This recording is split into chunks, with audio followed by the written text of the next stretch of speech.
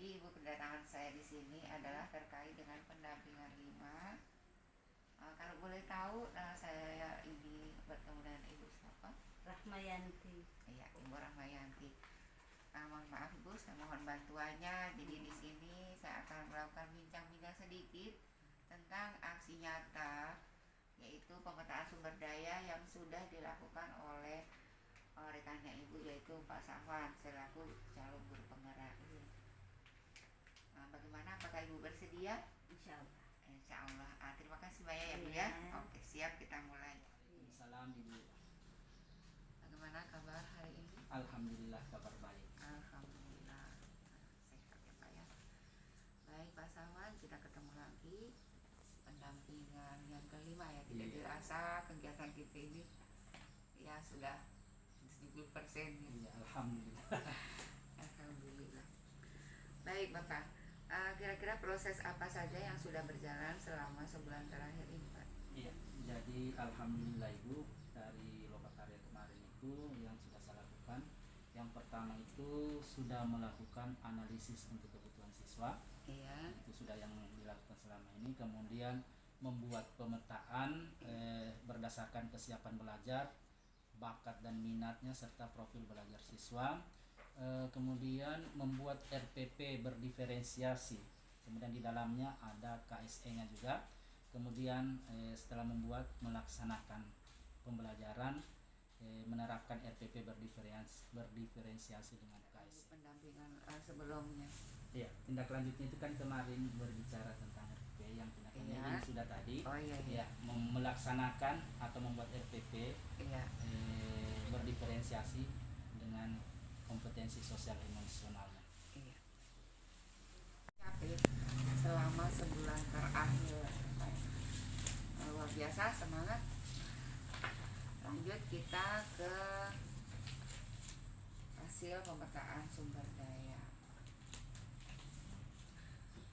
Apa yang Bapak temukan ketika melakukan proses pemetaan sumber daya, dan adakah hal-hal yang menarik yang Bapak temukan? Ternyata banyak potensi sekolah yang bisa kita kembangkan secara maksimal apabila kita kreatif dan inovatif.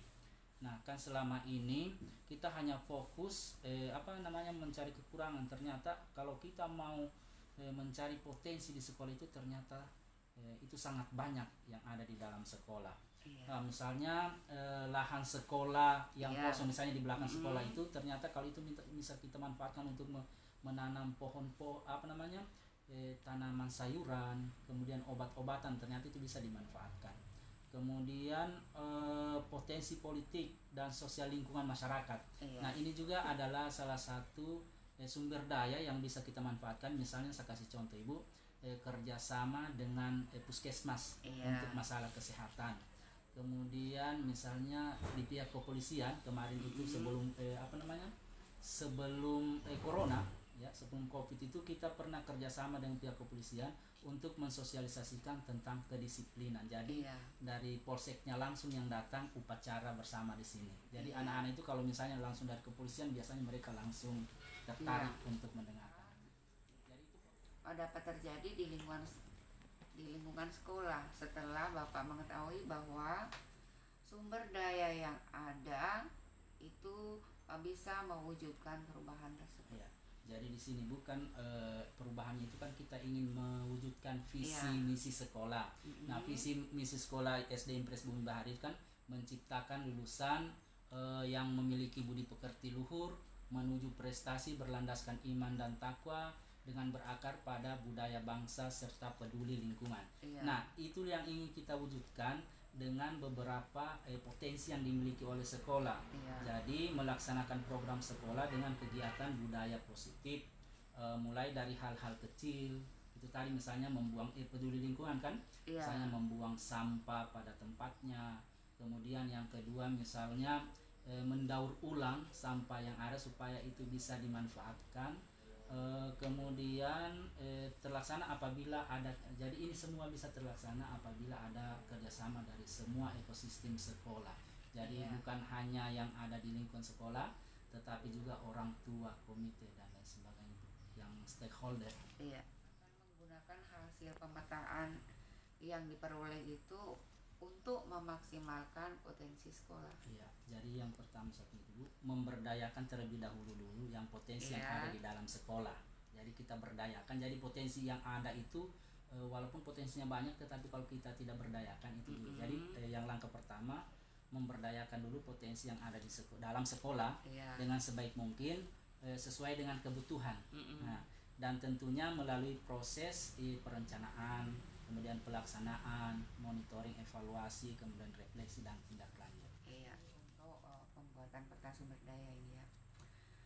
Bagaimana proses Bapak dalam menemukan atau mengidentifikasi sumber daya yang ada di sekolah? Kalau boleh sumber daya kan kemarin sudah. Oh iya. Maksudnya apakah ada tantangan yang Iya, tantangannya itu kan sumber daya kan masih pembelajaran daring, Bu. Iya. Jadi memanfaatkan semaksimal mungkin. Jadi sumber daya begini, Bu. Tantangannya itu kan kita belajar secara daring. Belajar daring ya. Kemudian, jadi memanfaatkan semaksimal mungkin media, kan anak-anak kan tidak sama, ada yang memiliki HP Android, ada yang hanya memiliki HP biasa, kemudian ada yang tidak memiliki sama sekali. Nah, jadi tantangannya itu pembelajaran daring. Jadi untuk menanggapi tantangan itu, jadi saya memanfaatkan media yang mereka miliki semaksimal mungkin. Misalnya, misalnya anak-anak yang hanya memiliki HP biasa, yang bukan Android, berarti saya langsung telepon langsung. Yang penting materi itu tersampaikan, jadi bukan karena canggihnya atau dia harus ada Androidnya baru bisa tersampaikan di pembelajaran. Jadi itu yang saya maksud tadi itu, medianya itu apa yang dimiliki anak, ya sesuai kemampuannya, itulah yang kita manfaatkan untuk proses pembelajaran. Iya, berarti dimaksimalkan, tidak harus kita memaksa harus dia punya Android. Ya, yang penting dia materi yang kita inginkan itu kan tidak harus juga tinggal materi anak-anak. Misalnya kemampuan anak-anak itu dia belum bisa membaca, sedangkan materi yang kita ajarkan misalnya anak-anak sudah harus membaca, tidak harus begitu. Maksudnya kita ajarkan sesuai dengan kemampuannya, sesuai dengan potensi yang dimilikinya dan media yang dia miliki. Itu yang kita maksimalkan. Berarti ini maksudnya kendala. Kendalanya itu memang kita butuh waktu, butuh tenaga, karena memang tidak satu kali mengajar kita sama, berbeda-beda. Itu kendalanya, karena anak-anak itu kebutuhannya berbeda-beda. Jadi Bapak, kita lanjut di refleksi proses pembuatan peta sumber daya ya Pak ya. Bagaimana proses Bapak dalam menemukan atau mengidentifikasi sumber daya yang ada? Kemudian apa saja kendala dan tantangan yang Bapak hadapi saat melakukan identifikasi? Yang pertama itu yang untuk EDS ini, Bu ya. Belum paham sepenuhnya tentang konsep EDS itu. Belum paham. Kemudian instrumennya juga belum terlalu dipahami. Kemudian infrastruktur sumber daya manusia serta administrasi tentang evaluasi diri sekolah. Yang dimaksud di sini, Bu, karena memang evaluasi diri sekolah itu kan ada 8 standar nasional pendidikan itu toh. Nah, disinilah kendalanya kita guru-guru yang ada di sekolah ini, karena memang belum memahami sepenuhnya tentang 8 standar itu. Sehingga pada saat evaluasi diri sekolah kita tidak tahu yang masuk di standar ini, yang apa, kekayaan apa semua. Karena batasan-batasan satu standar dengan standar lain itu belum jelas. Kemudian masih kurangnya sosialisasi tentang evaluasi diri sekolah. Rencana kedepannya sebenarnya banyak angan-angan yang ingin diwujudkan. Baik, lanjut ke refleksi pengambilan keputusan. Berdasarkan hasil pemetaan yang Bapak lakukan, bagaimana hal tersebut bisa mempengaruhi proses pengambilan keputusan yang Bapak lakukan? Karena dari pemetaan hasil tersebut kita bisa menentukan hal yang terbaik karena adanya dukungan dari sumber daya itu. Jadi setelah kita mengetahui mengidentifikasi sumber daya yang ada di sekolah, tentunya ini sangat berpengaruh untuk pengambilan keputusan, Ibu. Gitu. Ya, karena kita sudah tahu, kalau saya mau melakukan ini didukung dengan ini, sehingga Iya. keputusan yang kita ambil untuk pembelajaran itu lebih bagus, lebih lebih bijaksana. Iya. Jangan misalnya kita mau anak-anak disuruh semua belajar menggunakan handphone misalnya, tapi ternyata kita belum tahu anak-anak ini apakah punya atau tidak. Nah, setelah kita mengidentifikasi, sudah mengetahui itu semua, maka pengambilan keputusan kita itu lebih bijak Tepat, lagi, iya. lebih tepat sasaran. Yang menurut Bapak masih perlu dikembangkan atau dievaluasi? Ya, yang tadi di awal saya katakan itu tentang evaluasi diri sekolah. Iya. Ya, masih kurangnya sosialisasi tentang evaluasi diri sekolah yang berkaitan dengan 8 standar nasional ini. Ini yang perlu kayaknya untuk untuk dikembangkan atau dievaluasi lagi. Kemudian perlu disosialisasikan dengan semua ekosistem yang ada di sekolah, sehingga semua teman-teman guru, baik itu guru ataupun tenaga pendidikan, mengetahui apa itu sebenarnya 8 standar nasional. Hal yang menurut Bapak mendukung keberhasilan dari suatu keputusan yang diambil? Ya, yang paling begini, yang menurut saya mendukung keberhasilan dalam pengambilan keputusan itu apabila kita bisa membedakan yang mana dilema etika dan yang mana bujukan moral. Kan kadang kita begini, Bu, sebenarnya sudah kita tahu salah, tetapi ada bujukan moral. Nah, jadi di sini untuk mengambil keputusan yang sangat bagus, kita harus bisa menentukan dulu apakah persoalan atau kasus itu adalah dilema etika atau hanya bujukan moral. Kemudian 9 langkah pengambilan keputusan. Kalau misalnya ada kasus tiba-tiba begini, kita harus mengikuti langkah-langkah itu. Iya, susah kalau sudah di lapangan, susah. Memang kalau kita mempelajarinya, oh ya kita sudah paham maksudnya begini. Nanti kalau seandainya terjadi seperti ini, tapi pas ternyata di lapangan tidak seperti itu, beda. Cuma kita memang berusaha harus mengikuti itu. Itulah. Bapak masih perlu dikembangkan dan perlu dievaluasi dari proses pengambilan keputusan. Itu tadi saya bilang, Bu, yang pengambilan keputusan pertimbangan paradigma itu kan ada 4 pertimbangan paradigma. Seperti tadi yang saya katakan kasusnya, contoh kasus tadi itu, Bu, agama tadi itu kan di situ ada pertimbangan individu atau masyarakat. Maksudnya masyarakat di sini orang banyak, apakah pribadi atau orang banyak, mana yang kita dahulukan. Kemudian antara rasa keadilan dengan rasa kasihan, misalnya aturan begitu, tetapi kita kasihan lagi, toh. Kemudian antara kebenaran dan kesetiaan, toh. Kemudian jangka pendek dan jangka panjangnya. Nah, kita melihat tadi itu kasus-kasus itu kita harus masuk di paradigma mana dia. Itulah. Nah, jadi apa kita memperhatikan jangka pendeknya saja tanpa memperhatikan jangka panjang, kan? Jadi pengambilan keputusan itu 4 paradigma ini yang harus kita perhatikan atau mau kita kembangkan lagi. Nah, kadang disinilah kita yang tidak mempertimbangkan beratnya itu. Kita mau masuk di mana? Kalau kita hanya mau mementingkan individu, ternyata ada juga kebutuhan kelompok di sini. Seperti ini ya, kayak keadilan dengan kasihan ini. Kasihan ya. Tipis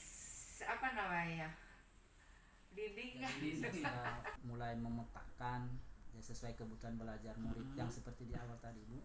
Kemudian menerapkan kompetensi sosial emosional dalam pembelajaran. Ini apa pemikiran terhadap proses belajar yang Bapak alami dan bagaimana implikasinya terhadap pembelajaran berikutnya? Ya, jadi begini. Pemikiran saya setelah menjalani program guru penggerak ini, Bu, yang sudah kurang lebih berapa bulan ini, sudah dari Januari, sekarang sudah Oktober ya, sudah mau 10 bulan. Bahwa seorang guru itu memang harus kreatif, apalagi sekarang kan daring toh, harus inovatif, membelajarkan siswa itu sesuai dengan kebutuhannya. Kemudian berpikir positif terhadap potensi yang dimiliki siswa. Jadi bukan sebaliknya, kan kita biasanya itu hanya terfokus berpikir kekurangan yang dimiliki oleh siswa. Padahal sebenarnya kita harus berpikir apa potensi yang dimiliki siswa, sehingga kita maju ke depan, bukan mundur. Nah, itu. Kemudian sebagai seorang pemimpin pembelajaran harus mengambil keputusan dengan bijak, dengan berbagai masalah yang dihadapi, baik itu dilema etika maupun bujukan moral. Kemudian menerapkan materi-materi yang sudah diperoleh dalam modul PGP itu sudah. Jadi sekarang kan sementara modul 3, tinggal modul terakhir ini. 3 Iya, 3.3. Kemudian implikasinya adalah sebisa mungkin kita bisa memenuhi kebutuhan belajar murid dengan menerapkan RPP berdiferensiasi dengan gitu. Dan apa yang dipelajari dari orang lain, bagaimana Bapak mengapresiasi menambahkan nilai terhadap materi yang telah dipelajari. Jadi proses yang sudah saya lakukan Ibu ya, tadi masih berhubungan dengan yang tadi ini. Saya berusaha sebisa mungkin untuk memenuhi kebutuhan individu murid yang berbeda itu. Ya, itu yang pertama. Baik itu kebutuhan murid yang berupa kontennya, ya materinya maksudnya di sini, karena materi yang kita berikan kepada anak itu setiap anak beda. Kemudian prosesnya juga, proses menerima materi itu ada yang menggunakan Android, ada yang ditelepon langsung seperti yang saya katakan di awal tadi Ibu. Kemudian produk yang dihasilkan juga berbeda ya, karena anak-anak biasanya ada yang suka membuat video, ada yang suka berekam, ada yang suka menulis, jadi sesuai kebutuhannya itu. Jadi itu produk hasil akhirnya.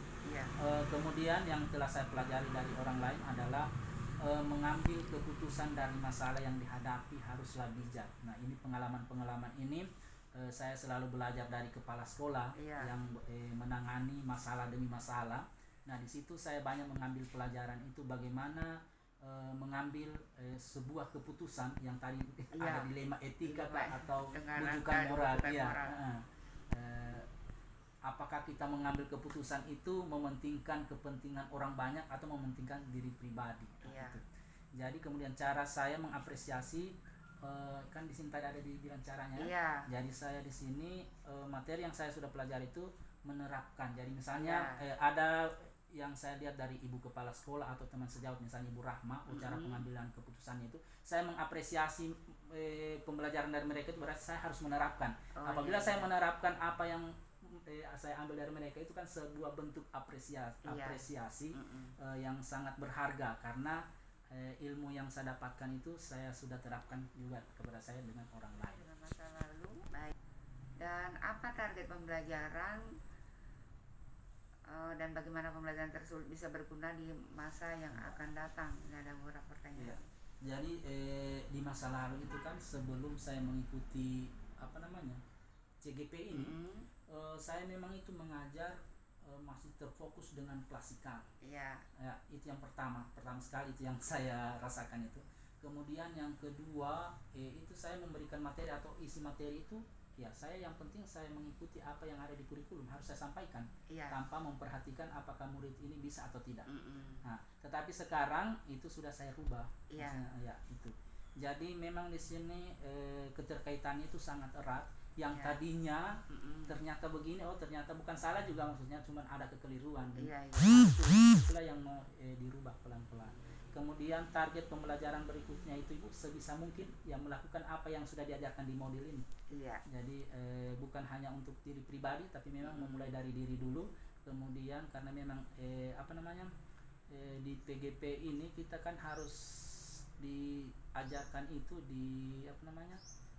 bagaimana caranya kita sukses bersama, bukan hanya sukses sendiri. Berarti apa yang saya dapatkan ini bukan hanya untuk saya, tetapi bagaimana saya mensosialisasikan kepada orang lain sehingga kita itu maju bersama, bukan hanya sendiri.